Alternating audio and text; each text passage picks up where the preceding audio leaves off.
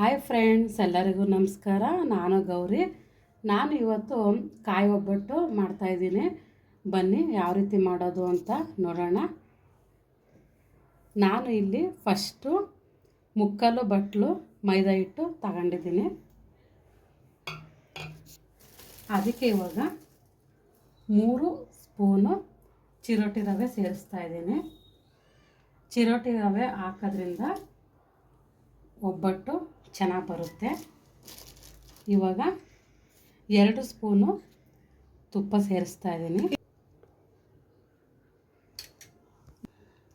1/4 tea ಸ್ಪೂನಷ್ಟು ಅರಿಶಿನ,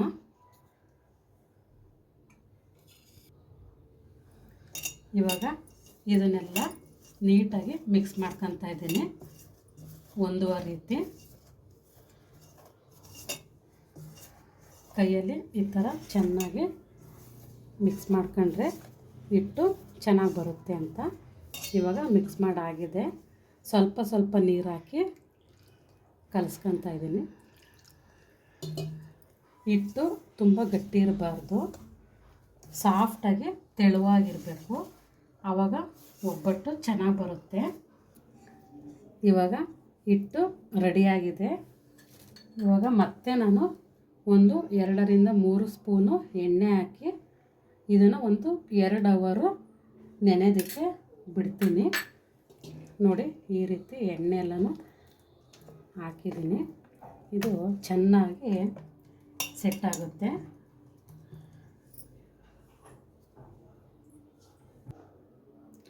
ಒಂದು ಪ್ಲೇಟ್ ಮುಚ್ಚಿ 2 ಅವರು ಬಿಡ್ತೀನಿ ಇದನ್ನು. ಇವಾಗ ನಾನು 1 ತೆಂಗಿನಕಾಯಿ ತಗೊಂಡಿದ್ದೀನಿ. ಬಲ್ತಿರೋ ತೆಂಗಿನಕಾಯಿ ತಗೊಂಡಿದ್ದೀನಿ. ಕಾಯಿ ಒಬ್ಬಟ್ಟು ಮಾಡುವಾಗ ಬಲ್ತಿರಬೇಕು ಕಾಯಿ. ಇವಾಗ ನಾನು ಮಿಕ್ಸಿ ಜಾರ್ಗೆ ಪೂರ್ತಿ ಸೇರಿಸ್ಕೊತಾ ಇದ್ದೀನಿ.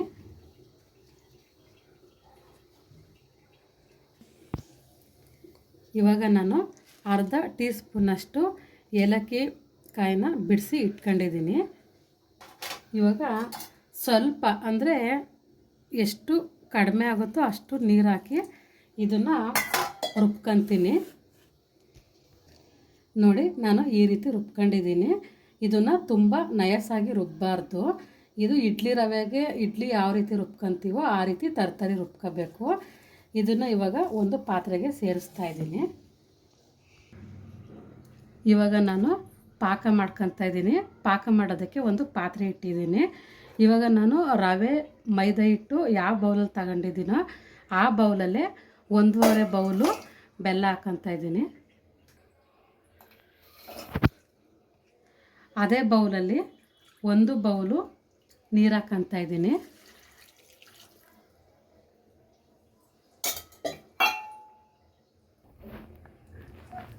ಇವಾಗ ಇದನ್ನು ಚೆನ್ನಾಗಿ ಕರಗಿಸ್ಕೊತೀನಿ.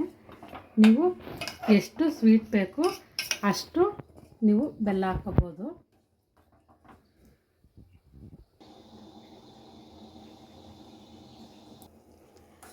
ಇವಾಗ ಪಾಕ ರೆಡಿಯಾಗಿದೆ.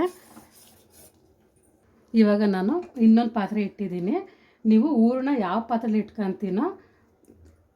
ಇವಾಗ ನಾನು ಪಾಕನ ಒಂದು ಜಾಲ್ರಿ ಬಟ್ಲಿಂದ ಸೋದಿಸ್ಕೊತಾ ಇದ್ದೀನಿ.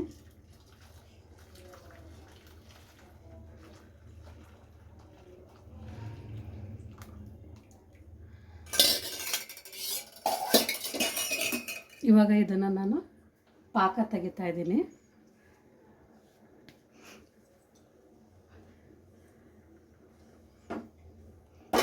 ನೀಟಾಗಿ ಕೈ ಬಿಡ್ದೇನೆ ಇದನ್ನು ಪಾಕ ತೆಗಿತಾ ಇದ್ದೀನಿ. ಒಂದು 10 ನಿಮಿಷ ಕುದಿಬೇಕಿದು.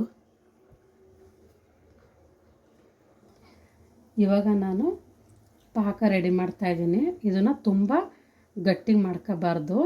ಒಂದೆಳೆ ಪಾಕ ಅಂತ ಹೇಳ್ತಾರಲ್ಲ ಆ ರೀತಿ ಮಾಡ್ಕೋಬೇಕು. ಇವಾಗ ಪಾಕ ರೆಡಿಯಾಗಿದೆ. ಇದನ್ನು ಯಾವ ರೀತಿ ರೆಡಿಯಾಗಿದೆ ಅಂತ ಚೆಕ್ ಮಾಡ್ಕೊಳ್ಳೋದಕ್ಕೆ ನಾನು ಒಂದು ಡ್ರಾಪ್ ತಗೊಂಡು ಇಲ್ಲಿ ಪ್ಲೇಟಲ್ಲಿ ನೀರು ಇಟ್ಕೊಂಡಿದ್ದೀನಿ. ಈ ನೀರೊಳಗಡೆ ಹಾಕ್ತಾಯಿದ್ದೀನಿ. ಇವಾಗ ನಾನು ಇದನ್ನೆಲ್ಲ ಒಟ್ಟಿಗೆ ಕೂಡಿಸ್ತಾ ಇದ್ದೀನಿ. ನೋಡಿ, ಈ ರೀತಿ ನೀರು ಜೊತೆ ಮಿಕ್ಸ್ ಆಗಬಾರ್ದು. ಇದು ನೋಡಿ ಚಾಕ್ಲೇಟ್ ಥರ ಉಂಡೆ ಆಗಬೇಕು. ಈ ರೀತಿ ಆದಾಗ ಪಾಕ ರೆಡಿಯಾಗಿದೆ ಅಂತ ಅರ್ಥ. ಇವಾಗ ನಾನು ಕಾಯಿ ರುಬ್ಕೊಂಡಿದ್ದೀನಲ್ಲ ಅದನ್ನು ಇವಾಗ ಸೇರಿಸ್ತಾ ಇದ್ದೀನಿ.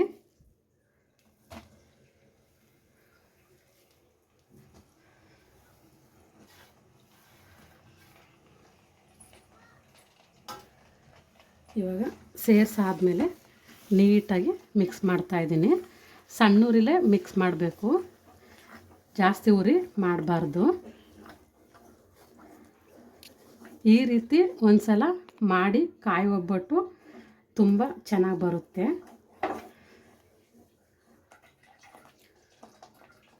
ಇವಾಗ ನಾನು 1 ಸ್ಪೂನಷ್ಟು ಗಸಗಸೆನ ಫ್ರೈ ಮಾಡ್ಕೊಂಡು ಇದಕ್ಕೆ ಸೇರಿಸ್ತಾ ಇದ್ದೀನಿ.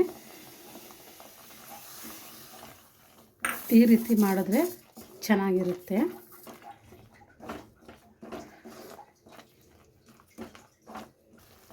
ಇವಾಗ ಪಾಕ ರೆಡಿಯಾಗಿದೆ. ಹೂರಣ ಇಷ್ಟಾದರೆ ಸಾಕು. ಇವಾಗ ಸ್ಟವ್ ಆಫ್ ಮಾಡ್ತಾಯಿದ್ದೀನಿ.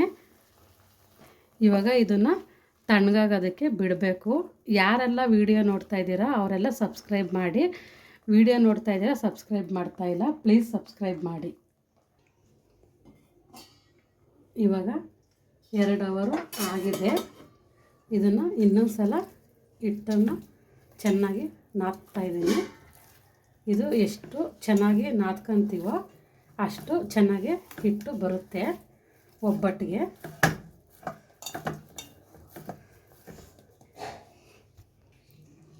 ಇವಾಗ ಹೂರಣ ಕೂಡ ರೆಡಿಯಾಗಿದೆ.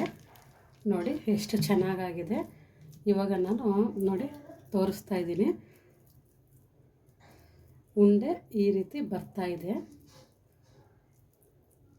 ಇವಾಗ ಬನ್ನಿ ಒಬ್ಬಟ್ಟು ಮಾಡೋಣ. ಇವಾಗ ನಾನು ಶೀಟಿಗೆ ಒಂದು ಅರ್ಧ ಸ್ಪೂನಷ್ಟು ಎಣ್ಣೆನ ಹಾಕಿ ಎಲ್ಲ ಕಡೆ ನೀಟಾಗಿ ಸ್ಪ್ರೆಡ್ ಮಾಡ್ತಾಯಿದ್ದೀನಿ. ಇವಾಗ ನಾನು ಒಂದೇ ಒಂದು ದೊಡ್ಡ ನಿಂಬೆಹಣ್ಣು ಗಾತ್ರ ಇಟ್ಟು ತಗೊಂಡು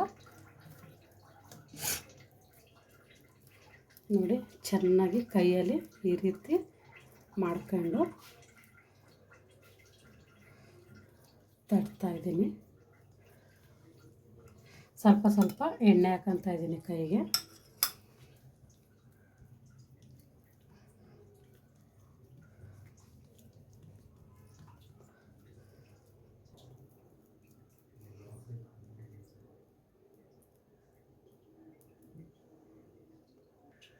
ಇವಾಗ ನಾನು ಹೂರಣ ಹಾಕಿದ್ದೀನಿ. ನೀಟಾಗಿ ಸುತ್ತ ಫಿಲಪ್ ಮಾಡ್ತಾಯಿದ್ದೀನಿ.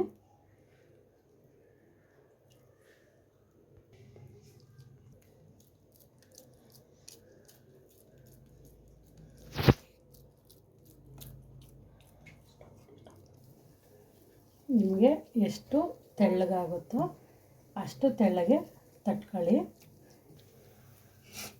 ದಪ್ಪ ಆದರೆ ಕಾಯಿ ಒಬ್ಬಟ್ಟು ಚೆನ್ನಾಗಿ ಬರಲ್ಲ, ಅದಕ್ಕೆ ತೆಳ್ಳಗೆ ತಟ್ತಾಯಿದ್ದೀನಿ. ತವಾ ಬಿಸಿಗಿಟ್ಟಿದ್ದೀನಿ. 2 ಸ್ಪೂನು ಎಣ್ಣೆ ಹಾಕ್ತಾಯಿದ್ದೀನಿ.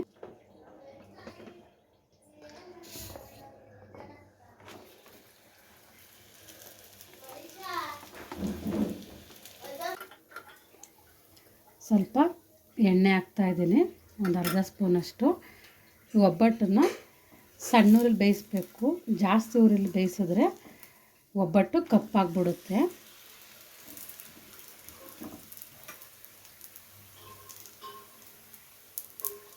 ಥರ ಇನ್ನೊಂದು ಒಬ್ಬಟ್ಟು ತಟ್ತಾಯಿದ್ದೀನಿ.